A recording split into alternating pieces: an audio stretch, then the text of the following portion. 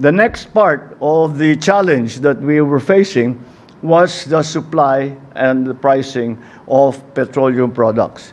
Kaya't ang una naming tiniyak ay, ang unang tanong ko sa Department of Energy, ano ba ang stock natin ng diesel, ng gasolina, ng kerosene, ng jet fuel?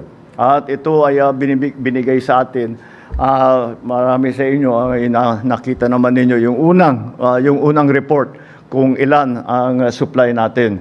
At ang instruction ko sa kanila, huwag niyong titigilan.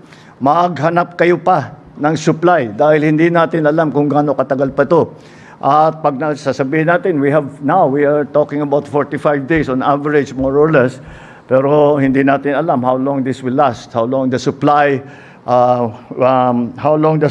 is going to be diminished or from the Middle East to the Straits of Hormuz.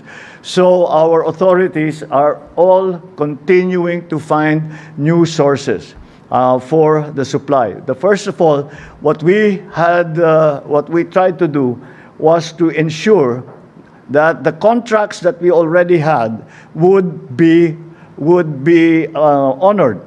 Halimbawa, may kontrata tayo na mag-import tayo ng ilang bariles ng langis, ng diesel, ng kung ano. Kung ito ba, ay tiyakin natin na patuloy na makakarating talaga ito sa Pilipinas. Nung unang ilang araw, lahat ng hindi kami masagot ng mga supplier natin ng oil and petroleum products dahil hindi rin nila alam kung ano yung nangyayari. At yun na nga, pati yung presyo hindi nila maibigay. Ngunit dahan-dahan sa patuloy na ating pagtatawag, sa patuloy sa ating pag-ugnay sa kanila, at gumawa tayo ng mga bagong sistema para makarating ang langis dito, ay tuloy-tuloy naman, na-supplyan tayo. And we are not stopping. Although the average now is running at 45 days supply, siyempre iba-iba, but the average is 45 days. Hindi natin tinitigilan. And again, I credit the success of this ensuring the supply to the good relations that we have with our partner countries around the world. And we have not only gone to our oil suppliers, the traditional oil suppliers, we have tried to explore other sources that are not affected by the war that is ongoing in the Middle East. And it would be premature to say that we have perfected contracts with them, but I think it's sufficient to say that the things are beginning to open up. And although we cannot be assured right now of the supply, we can be sure that at least for 45 days we will be all right. I think that we can be fairly confident. We can be confident that after the 45 days, we will still have already arrived here in the Philippines. We will have already a flow of oil, not just one delivery, not just two deliveries, but a flow of petroleum and petroleum-related products. Right now, because of the situation, lahat hinihingi natin. Humihingi tayo ng crude oil. We are asking for, we find if we can find it dahil meron naman tayong refinery. Andyan naman ang Petron that can refine it. Gasolina, diesel, siyempre ang pinaka-importante para dito sa Pilipinas. At ang jet fuel, kerosene at saka jet fuel para patuloy ang lipad ng mga eroplano. So we are continuing to do this.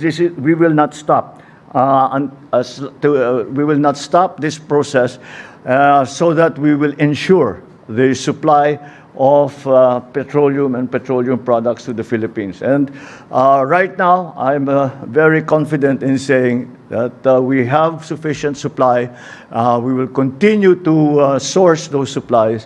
And I do not think that there is a problem.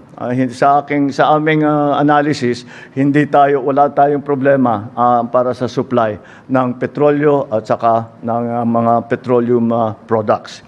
Ang isang napakalaking nangyari ay ang pagtaas ng presyo ng langis.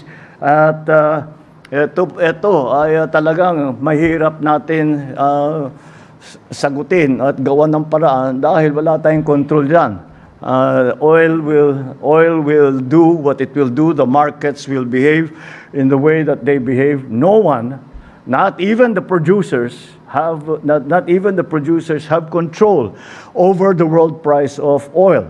All that we can do is to compensate our people and to support our people so that they have some assistance in the face of this. Ang ating mga nagpatupad tayo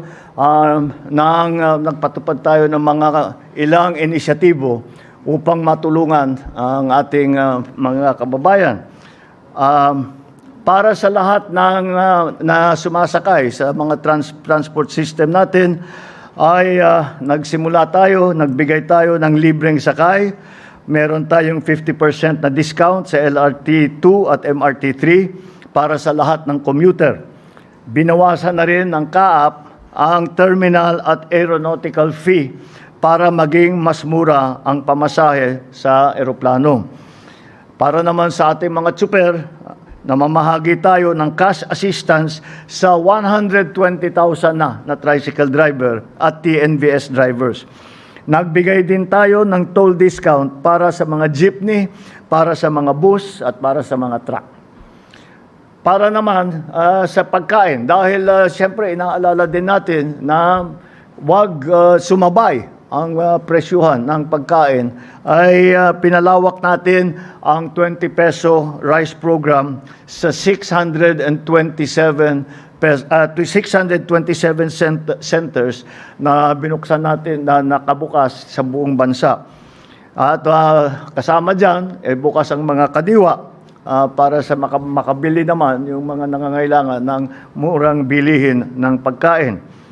At patuloy din ang ating ibinibigay sa ating mga magsasaka ang fuel at fertilizer subsidies para sa magsasaka at saka para sa mga mangingisda, para hindi ipasa yung pagtaas ng presyo ng kanilang ginagamit na krudo, hindi mapasa lahat sa mga consumer. At sumagot na ang ating mga manufacturer na hindi sila magtataas ng presyo ng pangunahing bilihin sa ngayon. At hanggat kaya, nangako naman sila, hanggat kaya nila na i-maintain ang presyo. Kasi ang pinagbibili ngayon nila ay yung nasa inventaryo na nila. Na nabili nila ng mura pa bago pa nangyari lahat ito. Kaya habang nandyan ang kanilang inventaryo, nangako sila na hindi nila itataas ang presyo ng mga primary commodities.